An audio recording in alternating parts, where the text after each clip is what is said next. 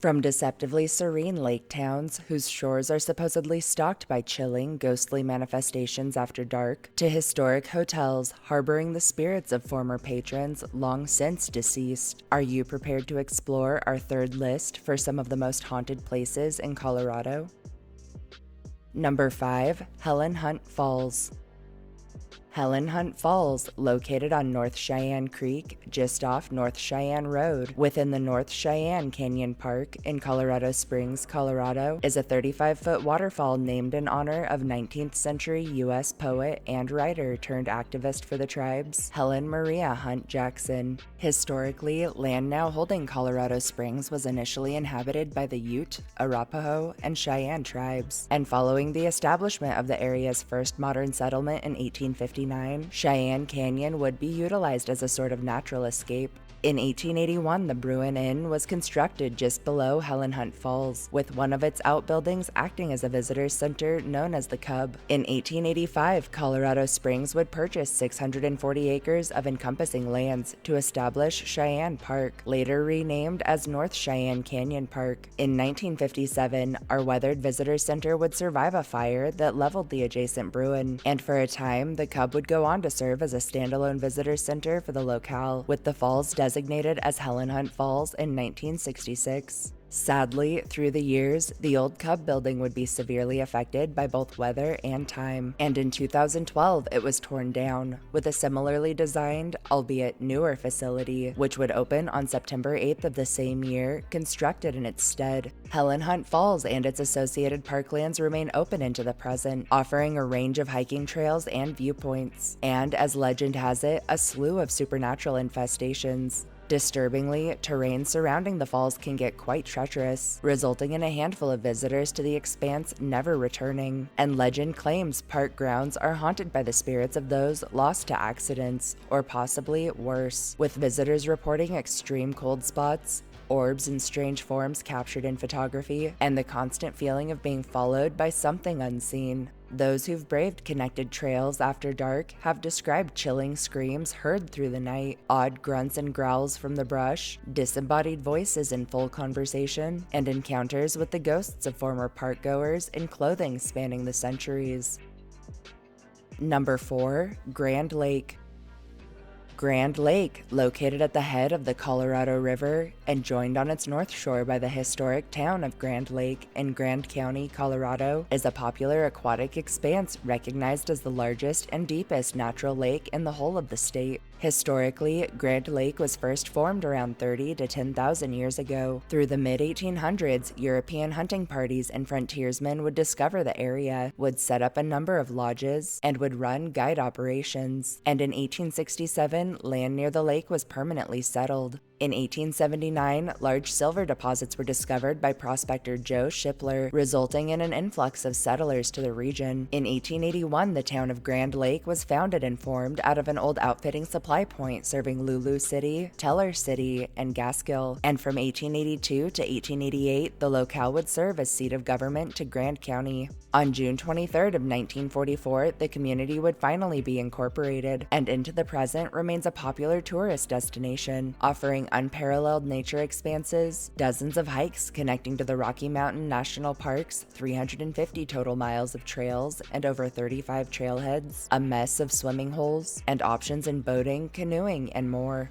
Grand Lake has long been shrouded in tales of the supernatural, with those frequenting it reporting spine-tingling paranormal activity experienced across its grounds. Scout Rock, an overcrop high above Jericho Road between Grand Lake and Shadow Mountain, was once utilized by the Ute to watch for approaching threats, and those nearing it at night have described sighting a spectral figure atop it, who lets out a startling and ear-piercing war cry before fading away. Grand Lake Cemetery, which was established in 1875, and holds the remains of some of the town's earliest citizens, is rumored to harbor the restless spirits of those pioneers who were lost to the often brutal dangers of the era and wilds, and several braving its grounds have reported encounters with apparitions in clothing spanning the old yard's history. Lastly, and rather infamously, at most sunrises, Grand Lake is blanketed in a wispy mist, and was even formerly called Spirit Lake by the Ute, who believed its icy waters held departed souls in their depths. As Ute legend has it, one hot summer day, a scout returned to his village to warn his people of encroaching Arapaho and Cheyenne war parties, and to protect their women and children, they would gather all together and would send them out onto the lake in log canoes and tied rafts. Sadly, a sudden and unrelenting thunderstorm would pick up out of nowhere, and grasp as they did at survival, all watercraft would eventually capsize in the storm, resulting in the deaths of every person aboard.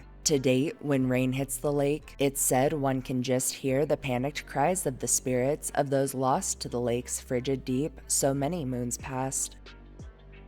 Number 3. St. Elmo. St. Elmo, located on the Sawatch Range, about 20 miles southwest of Buena Vista in Chaffee County, Colorado, is a historic ghost town widely recognized as one of the best preserved ghost towns in the state and possibly in the country. Historically, this ex-community was founded in 1880 as Forest City. However, its name would later be altered to St. Elmo due to the absurd number of other towns taking on the name of Forest City. St. Elmo would hit its economic peak through the 1890s. At which time it would boast a town hall, 5 hotels, a schoolhouse, a newspaper office, a general store, various saloons, and several dance halls. Of the 150 or so patented mine claims near St. Elmo, the Mary Murphy mine would grow to become its largest and most profitable, and while mines would dwindle and dry up through the years, the Mary Murphy would continue operations up until 1922, when the nearby rail line was left abandoned. Following the death of the local mining industry, St. Elmo's economy and populace would rapidly decline. While a number of efforts were made to locate new deposits or veins, all would be met in failure, and in 1952, following the death of its postmaster, the St. Elmo's post office would close its doors. While considered a ghost town, in the present, St. Elmo's is a popular tourist destination, and through the summers, its old general store remains open, offering a wealth of treats and souvenirs alongside off-road rentals. Local legend surrounding St. Elmo's tells the whole of this weathered town is haunted by the spirits of its former residents long since passed, with those frequenting the expanse reporting extreme cold spots on hot days, the constant feelings of being watched or of being followed, and inexplicable malfunctions with electronics. Objects have been sighted moving on their own, doors open and close by themselves, and a handful of accounts tell of encounters with full-bodied apparitions in clothing spanning the town's history. The most famous legend surrounding St. Elmo tells of Annabelle, or Dirty Annie Stark, daughter to mine section boss Anton Stark and wife Anna, who ran both the Home Comfort Hotel and general store. It's recorded that Anna would treat most harshly and was even cruel to her kids at times, and that following her passing, her children would let the old hotel fall into disrepair. Towards the end, Annabelle's appearance would become increasingly disheveled, as it said she lost her grip on reality. Locals would even document her strolling Main Street with her loaded shotgun, ready to defend the town. Following Annabelle's passing and up into recent times, many have reported encounters with the specter of a beautiful woman in white who's often spied gazing from the Home Comfort Hotel's windows, or the spirit of an older woman appearing dirty, marching up and down Main Street gun in hand, that some claim just might be old Annabelle, forever keeping an eye on her family business. Number 2. The Brown Palace Hotel. The Brown Palace Hotel, or officially the Brown Palace Hotel and Spa Autograph Collection, and located off 17th Street in downtown Denver, Colorado, is a historic lodging recognized as one of the first atrium-style hotels ever constructed, as well as for acting as the second longest operating hotel in the whole of the aged city. Historically, the Brown Palace Hotel was initially constructed in 1892 under Capitol Hill area resident Henry C. Brown, and upon its opening was touted as the tallest building in Denver. Following the repeal of Prohibition in 1935, Denver architect Alan Fisher would design the palace's beloved Ship Tavern as one of 4 on-site restaurants of the era, and through the 1930s, Colorado and muralist Alan Tupper True would begin planning the creation of his 2 murals for the hotel, and following several delays, in 1937, stagecoach and airplane travel services were unveiled right in the building's lobby. More recently, in 1959, the hotel would welcome the construction and addition of a 22-story annex labeled Brown Palace West as a sort of budget lodging option. However, in 1988, this tower would be rebranded entirely, though it still shares lower levels, offices, and a grand ballroom with the aged palace. The Brown Palace remains open into the present, offering 241 rooms and lavish accommodations, alongside 6 in-house dining options. Over its lengthy existence, the palace has been surrounded by a number of shared stories and claims of supernatural encounters, with staff and guests telling of elevator rides shared with spectral waiters in old-fashioned uniforms, of the sounds of ghostly children and crying babies heard from empty halls, and of encounters with a man in an age-trained conductor's uniform who's been known to frequent the airline's office, which used to house the railroad tickets office. The Brown Palace's main dining room, now Ellington's, was once known as the San Marco Room, and within, big bands and later the San Marco Strings would put on gigs for guests. To date, many nearing this space have reported hearing phantom music on the winds, and several passing by at night have described the commotion of what sounds like a serious band practicing somewhere out of sight. In 1911, the palace would act as scene to a high-profile murder, in which one Frank Henwood would shoot and kill Sylvester Lewis Tony Von Full, along with innocent bystander George Copeland, within the Marble Bar, after which employees would begin whispering of ominous shadowy figures encountered near, of objects moving on their own, and even of drinks pouring themselves. Lastly, history and legend intertwine to tell of how, from 1942 until her passing in 1955, heartbroken Denver socialite Louise Hill would reside in room 904, and of how following, staff would occasionally receive silent calls from said room, even when it was completely vacant or closed for renovations. Number 1. Colorado State University.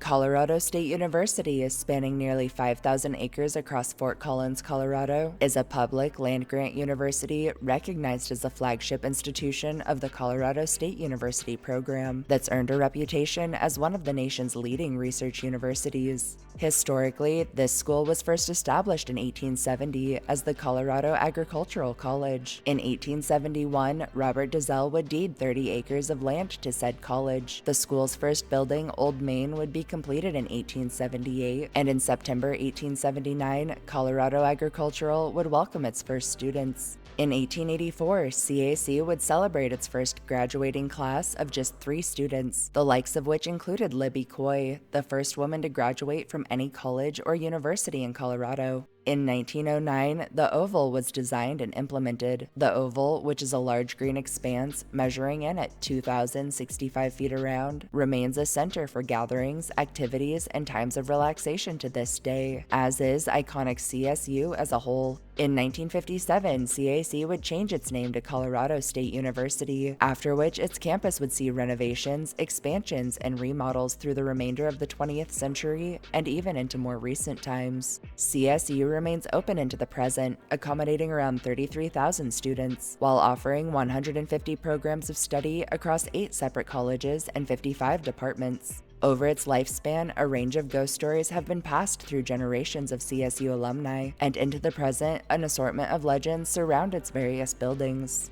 At Ammons Hall, which was constructed in 1922 and originally served as a women's recreation center, complete with swimming pool, it's told that long ago, a female student drowned within, and that ever since, both staff and guests to the site have reported disembodied voices, splashing heard from the atrium fountain, and the discovery of wet footprints across the property that seem to both begin and end inexplicably, with no clue as to their origin or destination. Also reported at Ammons are the sounds of heavy boot steps circling the second-floor atrium, lights that flick on and off by themselves, orbs and shadowy figures captured in photography, and several accounts of ominous, otherworldly groans heard emanating from thin air. At Johnson Hall, the singing and graceful footsteps of what some suspect is the phantom of a former dancer have been heard fluttering about the building, while near the storage area on the 3rd floor, several have described having the wind knocked out of them suddenly, and within Centennial Hall, which was constructed as an annex to Johnson in 1950, several have told of disembodied footsteps and the silhouette of a man under shadow that's been sighted on the staircase.